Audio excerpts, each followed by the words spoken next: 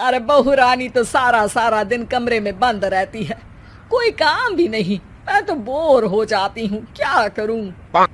तभी मीना की सहेली रीना उससे मिलने आती है। अरे मेरे घर का भी यही हाल है, बेटा ऑफिस और बहू कमरे में बंद, समय काटे नहीं कटता। लेकिन अब सच मानो तो वक्त ही नहीं है कि वक्त से रोटी भी खा लूं। अरे बहन, मुझे भी बता दे कौन सा जादू चलाया है। मैं भी अब जिंदगी के बचे कुचे दिन आराम से काट लूं।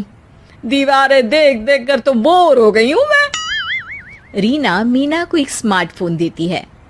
ये ले, ये है वो छड़ी जो जादू करती है। इसमें मैंने तेरा फेसबुक अकाउंट भी बनाया है, एंजल प्रिया के नाम से। बस अब यहाँ दोस्त बना और सबसे बातें कर। सास को पहले तो उतना समझ नहीं आता है, लेकिन धीरे धीरे वो उसकी आदत डाल लेती है। माँ जी जल्दी से खाना खा लीजिए, मुझे थोड़ा काम है। अरे तू जा, मैं खा लूंगी, अभी वक्त नहीं है। और सासू माँ मोबाइल में मुंह गड़ाए जवाब दे देती है। बहू समझ ही नहीं पाती और वहां से कमरे में चली जाती है। अचानक सास को किसी प्यारी पिंकी की फ्रेंड रिक्वेस्ट आती है। अरे वाह, ये तो कोई प्यारी सी लड़की लगती है, बात करती हूँ। सास फ्रेंड रिक्वेस्ट अपनाकर बात करने लगती है। अब क्या था, सास सारा दिन उस सहेली से बात करती, अपनी कहती, उसकी सुनती। एक दिन सास फोन पर ही सरगड़ाए, अरे बहू जरा मंदिर के लिए थाली सजा दे, आज कीर्तन है। बहू फोन पर किसी को मैसेज टाइप करते कहती है, माँ जी क्या है, अब मुझे क्या पता कि आपको कौन कौन से भगवान की पूजा करनी होती है।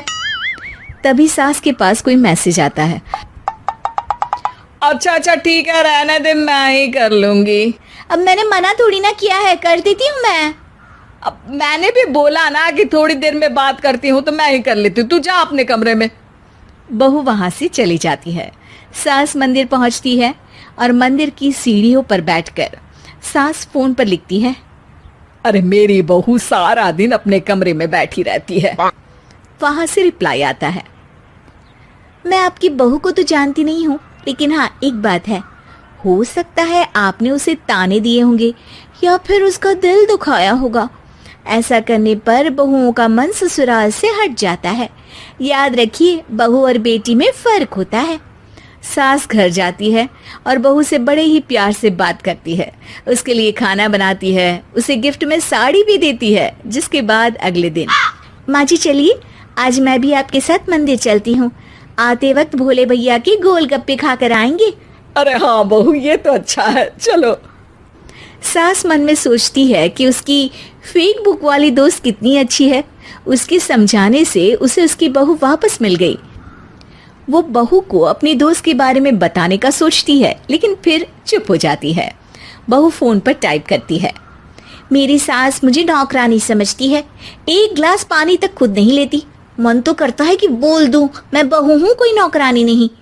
वहां से रिप्लाई आता है, देखो तुम्हारी सास को तो मैं भी नहीं जानती, लेकिन वो बुजुर्ग होंगी, पूरा जीवन उन्होंने घर गृहस्थी चूल्हा चौका में निकाल दिया। और फिर तुम ये भी मत भूलो कि जिस पति पर तुमको इतना गर्व है, उसे भी शिक्षा उन्होंने ही दी है। तो जिसने तुम्हें इतना दिया, क्या तुम उनकी थोड़ी सी सेवा नहीं कर सकती? बहू भी अगले दिन से सास का सारा काम करती, उनके पैर दबाती, उनका ख्याल रखती, उनके साथ घूमने जाती। एक दिन सास, बहू ये लो मेरा हीरे का हार।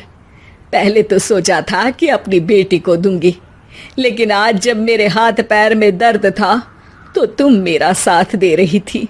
समय पर खाना पानी देकर तुमने ही मेरा बुढ़ापे में साथ दिया। उसके हिस्से का बहुत कुछ मैं उसे दे चुकी हूँ, लेकिन ये अब तेरा। बहू तो ये देखकर खुशी से उछल ही जाती है। वो सास को गले लगाकर कहती है, माँ जी आप सच में बहुत अच्छी है। भला हो उस एंजल प्रिया का जिसने मुझे आपसे वापस मिलवा दिया, वरना मैं तो हमेशा आपको गलत ही समझती। मैं तो सोचती थी काश वो एंजल प्रिया मेरी सास होती। क्या नाम लिया बहू? एंजल प्रिया तेरी फेसबुक फ्रेंड है? हाँ माँ जी, वो बहुत अच्छी है। उन्होंने ही मुझे बताया कि सास की कीमत क्या होती है। अरे बहू, कहीं तू प्यारी पिंकी तो नहीं? जी माँ जी, मैं ही हूँ प्यारी पिंकी। क्यों? सास बहू को गले लगाकर कहती है। मैं भी यही सोचती थी कि काश प्यारी पिंकी मेरी बहू होती। शुक्रिया बहू।